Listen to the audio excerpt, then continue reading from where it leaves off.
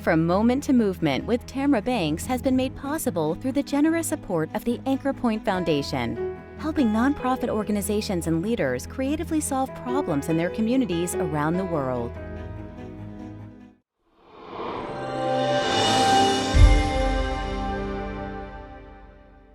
Racism is steeped into the very core of this country. And now, in 2020, Black voices are tired of being ignored, muffled, and killed. Millions of Americans are demonstrating, protesting to make their voices heard, especially Black Americans. A movement has to arise from the ashes of the moment. From Moment to Movement is a series of one-on-one truth-telling conversations with the Black community, aimed at working towards addressing police brutality and changing systemic racism.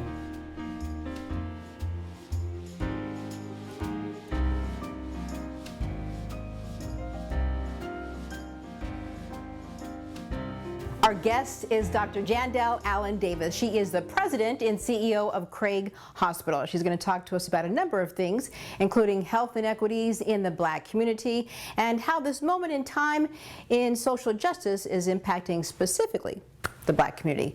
Dr. Jandel Allen-Davis, welcome to the show. Thank you so much for being here. I am so honored to be here. Thank you.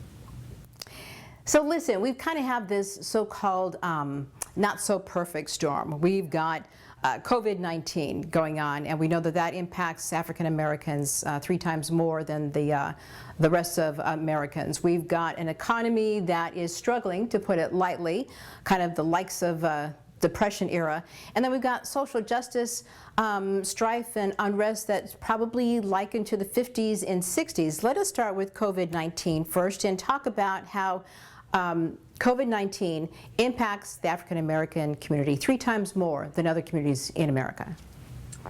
As you know, first of all, Tamara, again, thank you for this opportunity to spend some time with you, and it's good to see you. You too. The interesting thing that I remember, and it'll be a moment that's etched in my memory, and I suspect many others' memories for a very long time, is when the newscasters, regardless of the station, came on with almost, the words I remember using was abject shock in their voice to see that African Americans were being disproportionately impacted by this horrible virus. And I said, you know, for some of us, it's not a surprise at all. The unequal treatment, which was a release that the Institute of Medicine published back in, I do believe, either 1999 or 2000, has been talking about the inequities in healthcare for people of color, who obviously include African Americans. So that's going back 20 years that we've known that there was work to do with respect to health inequities of all sorts. And that while maybe there are folks who didn't know it, I mean, clearly there weren't, most of us, many of us who've been working in the field have known it for some time, and yet we haven't gotten the level of both attention and, I dare say, seriousness to stop admiring the problem and begin to deal with it. And the problem, in my estimation, and it's not something I've made up, is that what we need to do is we need to pivot from looking at, you know, the disproportionate way in which diabetes, heart disease, end-stage kidney disease, and now certainly this virus, among other things, disproportionately affects Black Americans, African Americans, and go upstream and look at what are the causes. And the interesting thing is when you go upstream and look at what are the causes, you are immediately thrust into, or you find yourself submerged in discussions about what's called the social determinants of health. And so I'm not at all surprised that COVID, I'm saddened by it, I'm horrified by it, I'm exasperated by it in some ways, and certainly frustrated, as are public health officials and physicians and caregivers all over the country, I want to think, but not surprised when you stop to think that during the shutdown, however that played out in whatever communities across the country, all but essential workers, or those who, I'll never forget Charles Blow's piece in the New York Times, which was social distancing is a privilege, as opposed to something that everybody has the opportunity to do, or the ability to do. So when you think about who's driving buses, who's cleaning buildings, who's providing and filling our grocery shelves, who's driving at the time, or maybe even back then, let alone now, the cabs and the Ubers and all the other sorts of things. Therefore, who's more likely to be exposed to the virus as opposed to home, where they had the opportunity to decrease the likelihood of being exposed? It was and is people of color. You're absolutely right. It's like we all knew this in our community, and now we have the facts to back it up for the rest of the world. So then you pile on the economy as it is, and with more job loss, although we've had some gains, really an incredible job loss. The economy is struggling, almost some would say harkens back to Depression era, and most of the folks impacted by that are people of color, African Americans.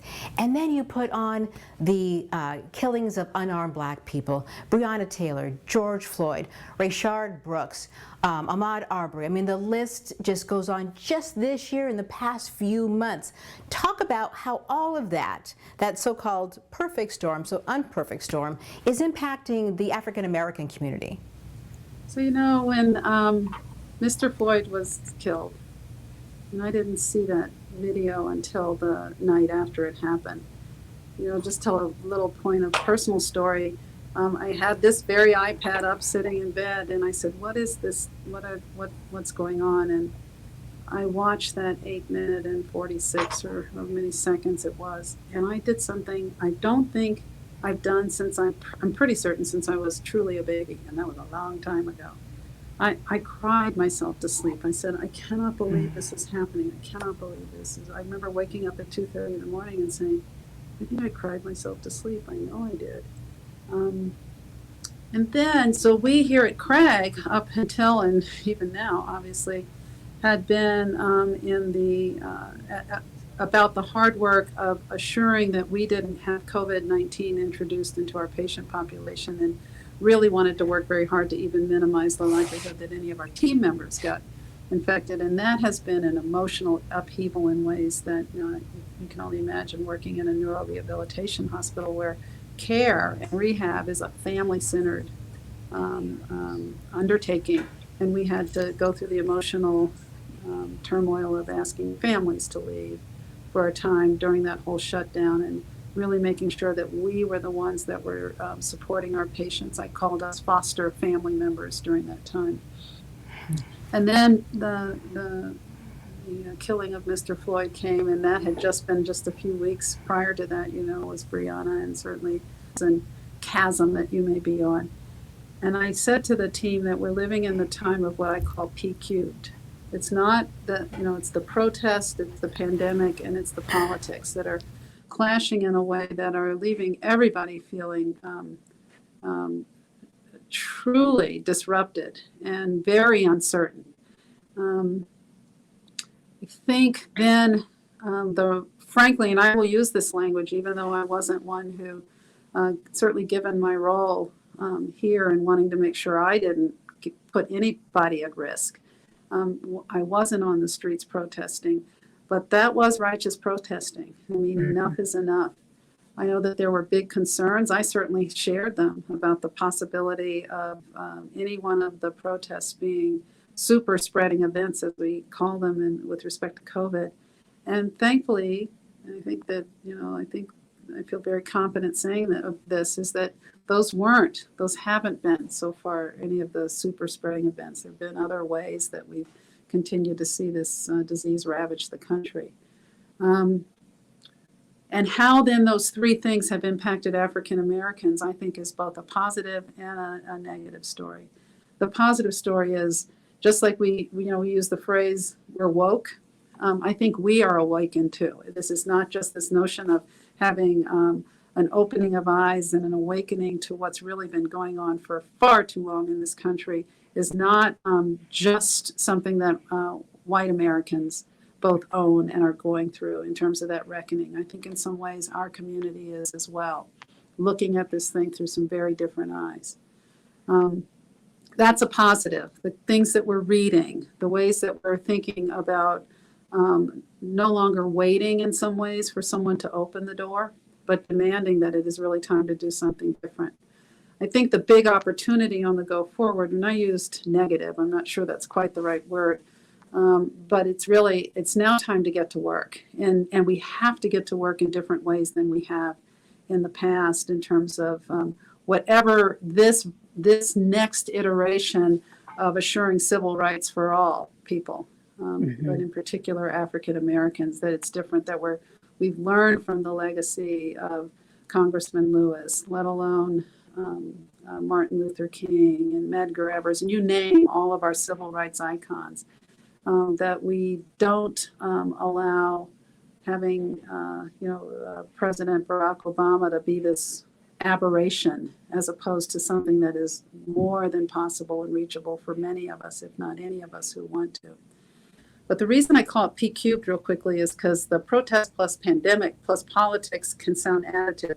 I actually think the impacts on society are actually exponential, which is why I call it P cubed in terms of its, the potential for it really to destroy our country if we're not careful, mindful, and really do one hard pivot and start to think about these problems and the potential ways to address them.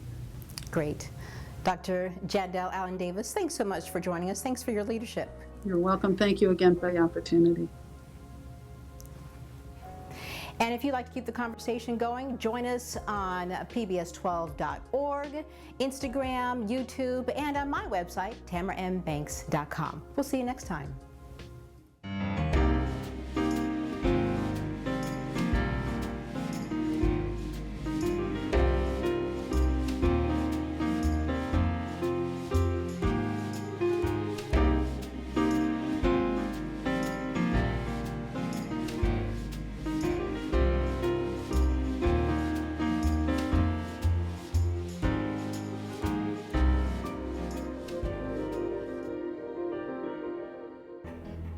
From Moment to Movement with Tamara Banks has been made possible through the generous support of the Anchor Point Foundation, helping nonprofit organizations and leaders creatively solve problems in their communities around the world.